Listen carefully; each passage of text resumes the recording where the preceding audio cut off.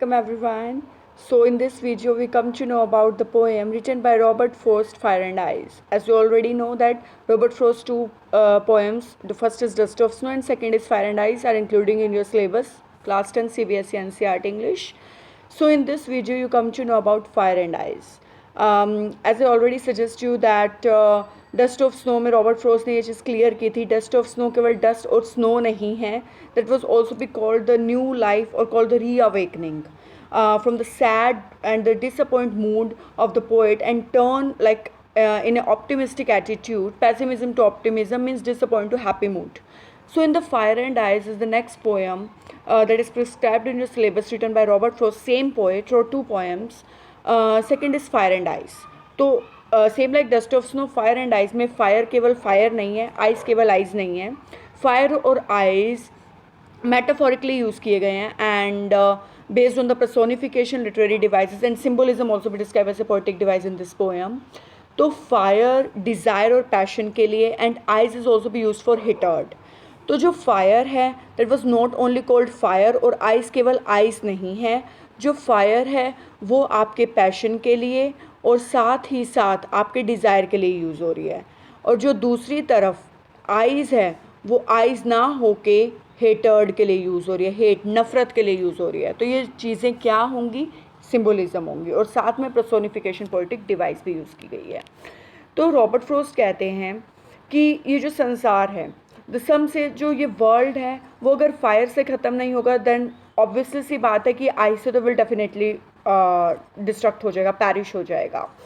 As an example we also भी give you about the Hitler. Hitler want to become a very powerful person. वो बहुत ज़्यादा powerful person बनना चाहता था. ही वॉन्ट टू लाइक वो हर एक कंट्री पर रूल करना चाहता था, हर एक कंट्री को अपने अंडर लेना चाहता था. तो उसके अंदर फायर थी, उसके अंदर कुछ करने का जज्बा था, उसके अंदर डिज़ायर थी. तो जो डिज़ायर उसके अंदर थी वो ओवर लिमिट हो गई because he wants to become powerful, दूसरों को हार्म पहुँचा के. तो वो आप करो, आप एक तरीके से if you want to become popular person तो आप अपने बेस पर पॉपुलर बनो. Don't try to destroy the life of other person, don't try to give harm to other persons. So what Robert Frost said, जो Hitler था he wants to become powerful because he has a desire कि मैं सबसे powerful इंसान बनूँ और सारी country मेरे अंडर काम करें. Like I want to become the ruler of each and every country. तो उसने हर एक कंट्री के साथ युद्ध लड़ा जिसमें उसके सोल्जर्स, कितनी आर्मी का भी नुकसान हुआ. और लाइक आप स्वॉर्ड चलाते हो, आप फायर गन चलाते हो, ये सबके बस की बात नहीं है. अगर आप स्वॉर्ड चला रहे हो तो आपको ये चीज़ भी सिखाई जाती है कि आपको अपनी भी केयर करनी है. जो तलवार है वो ज़रूरी नहीं है कि वो सामने वाले को ही काटेगी, जो गोली है वो ज़रूरी नहीं सामने वाले को लगेगी. दैट वाज कॉल्ड कि इंसान को ये काम, ये जो कंट्रोल टेक्निक्स हैं, ये जो चीज़ें, इनको चलाना आना चाहिए. सेम अगर आपके मन में डिज़ायर है, पैशन है और वो ओवर लिमिट है, कुछ ज़्यादा ही करने का जज्बा है, और आप अपनी बॉडी, अपनी हेल्थ के इश्यूज़ को भी ध्यान में नहीं रख रहे, तो वो चीज़ आपके लिए हार्मफुल बन सकती है और साथ साथ दूसरों के लिए. क्योंकि जो हिटलर था he wants to become a powerful man, but उसने दूसरे लोगों को भी काफ़ी हार्म पहुँचाया था. आपके अंदर डिज़ायर है, पैशन है, वो आपकी हद तक, एक लिमिट तक होनी चाहिए. अगर आप उसे ओवर लिमिट कर दोगे, ओवर बाउंड्रीज कर दोगे, तो क्या हो जाएगा, वो आपके साथ साथ दूसरे लोगों को भी हार्म पहुँचाएगी. So the Robert Frost said कि इसमें फायर और आइस ना होकर क्या है, डिज़ायर, पैशन और हेटर्ड है. अगर ये संसार डिज़ायर और पैशन से ख़त्म नहीं होगा तो आइस जो हेटर्ड है वो ख़त्म है, काफ़ी ख़त्म करने के लिए इस वर्ल्ड को. रॉबर्ट फ्रॉस्ट ने वर्ल्ड वॉर का एग्जाम्पल दिया. वो ये कह रहे हैं कि जो एक तरीके से वर्ल्ड वॉर्स होती हैं, युद्ध होते हैं, उसमें जो एक वर्ल्ड है वो दूसरे वर्ल्ड पर आक्रमण करता है. एक वर्ल्ड ने अगर दूसरे वर्ल्ड पर आक्रमण किया तो इस वर्ल्ड के अंदर, इस वर्ल्ड के लिए क्या पैदा हो जाएगी, आइस, हेटर्ड पैदा हो जाएगी. तो पोइट कह रहे हैं कि अगर फायर, जो डिज़ायर और पैशन है, वो अगर काफ़ी नहीं है इस वर्ल्ड को ख़त्म करने के लिए, तो जो आइज़ है वो इस वर्ल्ड को ख़त्म कर देगी. दूसरी चीज़ रॉबर्ट फ्रॉस्ट ने एक और चीज़ क्लियर की है इस पोएम के अंदर कि बाइबल जो हमारी रिलीजियस बुक है, you know about the Bible हमारी एक रिलीजियस बुक है, उसके अंदर एक होल सीन दिखाया हुआ है जिसमें फायर के द्वारा, फायर मतलब डिज़ायर, पैशन, फायर के द्वारा एक तरीके से पूरा जो कंट्री साइड, जो वर्ल्ड साइड था वो ख़त्म हो गया था, डिस्ट्रॉय हो गया था. तो रॉबर्ट फ्रॉस्ट फेवर में है, उन्होंने आइस को फेवर नहीं किया, उन्होंने फायर को फेवर किया, क्योंकि उनका ये कहना था कि, और ये जो सीन लिया गया उन्होंने फायर के बारे में बताया है, वो उन्होंने बाइबल के ट्रांसक्रिप्शन से ही उठाया था। बाइबल जो रिलीजियस बुक है, वहाँ पर एक होलसम सीन दिखाया गया था जिसमें काफ़ी हार्म हुआ था फायर की वजह से। तो रॉबर्ट फ्रॉस्ट कह रहे हैं कि मैंने फायर को टेस्ट किया, मैंने डिज़ायर और पैशन को टेस्ट किया है। दूसरी चीज़ रॉबर्ट फ्रॉस्ट कहते हैं कि जो लोग हैं they want to become powerful, वो पावरफुल बनने की कोशिश करते हैं on the behalf of others. वो अपने बारे में तो नहीं सोचते, क्योंकि जो लालच है वो एक तरीके से इंसान को कभी संतुष्ट करता ही नहीं है, कभी उसको सेटिस्फेक्शन देता नहीं है। वही चीज़ रॉबर्ट फ्रॉस्ट ने इसमें बताई है। रॉबर्ट फ्रॉस्ट कह रहे हैं सम से, कुछ लोगों का कहना है, the world will and in fire, कि ये जो संसार है वो फायर से ख़त्म हो जाएगा।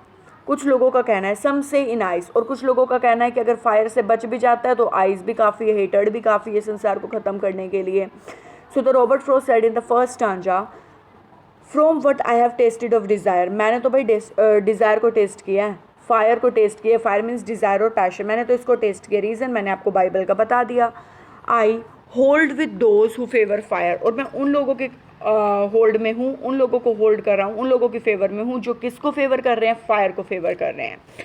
इन the second stanza poet said, but if it had to perish twice, अगर ये संसार पैरिश होगा 2 बार। देखिए आपको पैरिश का मतलब भी मैंने क्लियर कर दिया, मीन्स डिस्ट्रक्ट, मीन्स ख़त्म होना, डिस्ट्रॉय होना। पैरिश का मतलब होता है डिस्ट्रक्ट होना।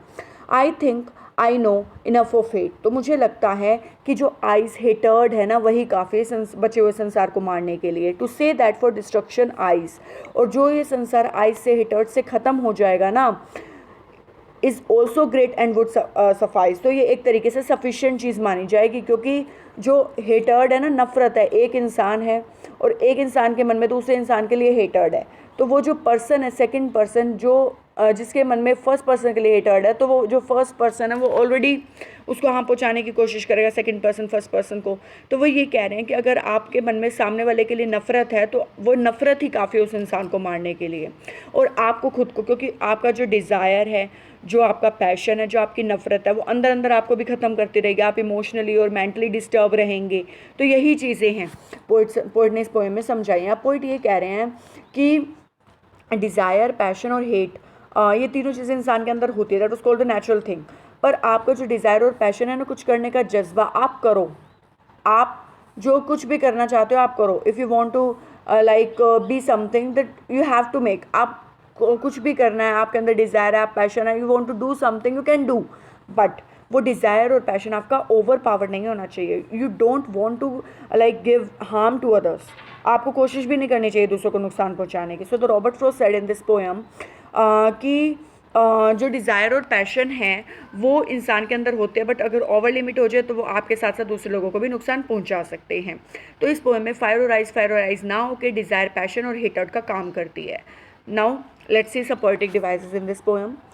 रॉबर्ट फ्रॉस्ट ने इस पोएम में काफ़ी पोएटिक डिवाइस भी बताई हैं। फर्स्ट पोएटिक डिवाइस उन्होंने बताई है इंजेम्बमेंट। I am writing here ENJAMBMENT, इंजेम्बमेंट। इंजेबमेंट एक पोइटिक डिवाइस है। देखिए अब इसमें जो इंजेबमेंट पोइटिक डिवाइस है, डस्ट ऑफ स्नो में पूरी जो 2 स्टांजेस है दोनों के दोनों इंजेबमेंट है। इसमें इंजेबमेंट कैसे हैं, अगर एक थॉट और मान लीजिए 2 और 3 लाइन्स हैं, ये जो 2 और 3 लाइन्स है without having any full stop और कोमा, तो और एक थॉट 2 और 3 लाइन्स को कवर करके लास्ट में फुल स्टॉप लेता है तो उसको इंजेबमेंट कहते हैं। जैसे इसमें देखिए सेकंड स्टांजा में ये जो सेकंड लाइन है, I think I know enough of it, कोई फुल स्टॉप कोई कोमा नहीं है। To say that for destruction ice, कोई फुल स्टॉप कोई कोमा नहीं है। Is also great and also sufficient, अब आप देख सकते हैं कि यहाँ सफिशिएंट के बाद फुल स्टॉप है। तो ये जो सेकंड स्टांजा की लाइन्स है ये सारी enjambment poetic device. It is clear to you all. Next देखिए अब आप, नेक्स्ट जो पोएटिक डिवाइस रहेगी that was called alliteration. Alliteration को हिंदी में आप बोलते हो अनुप्रास अलंकार, जिसमें 2 या 3 वर्ड्स हैं, उनका जो फर्स्ट अल्फ़ाबेट है वो सेम साउंड का है, तो उसको आप अलिट्रेशन बोलते हैं। अब इसमें भी आपको अलिट्रेशन मिलेगा। एज एन एग्जांपल आपको दिया हुआ है सम से, फिर सम से दिया हुआ है, उसके बाद फिर आपको फेवर फायर दिया हुआ है FF, फिर आपको वर्ड दिए हुए हैं।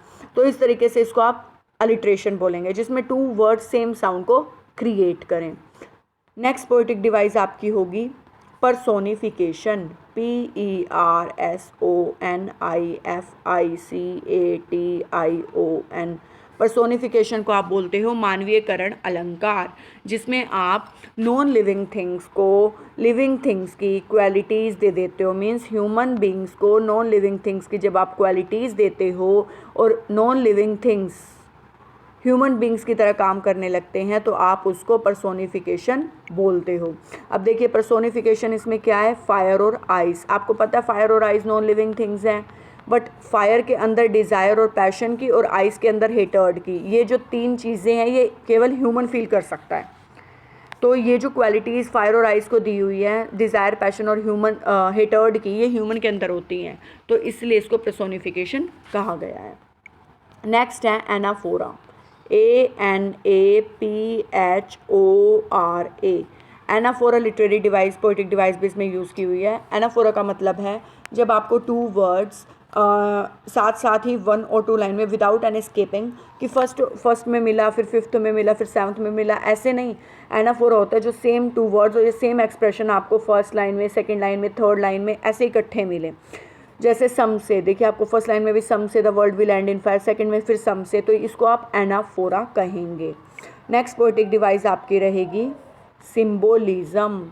सिम्बोलिज्म का मतलब भी आपको पता है, जो चीज़ किसी चीज़ को सिम्बलाइज़ करती है। जैसे ये वाला साइन क्रिश्चियनिटी को सिम्बलाइज़ करता है, जो डार्कनेस है वो एजुकेटेड और इलिटरेट को सिम्बलाइज़ करती है, जो डे लाइट है वो एजुकेशन को सिम्बलाइज़ करती है, रेड कलर डेंजर को और वाइट कलर पीस को सिम्बलाइज़ करता है। सेम वैसे फायर और आइस भी किसी न किसी चीज़ को सिम्बलाइज़ करती हैं। फायर किसको सिम्बलाइज़ करती है, डिज़ायर और पैशन को। आइस किसको सिम्बलाइज़ करती है, हेटर्ड को। It is clear to you all? So this poem written by Robert Frost. So I hope that this video clear to you and clear the concept of your for fire and ice. So you have to, if you have any query, then you can send a message on the comment section. I will reply soon. If you have any query, then okay. So like my video, share and subscribe my video with your friends, and I hope that this video also be help you to clear your concepts for in the future. So best wishes.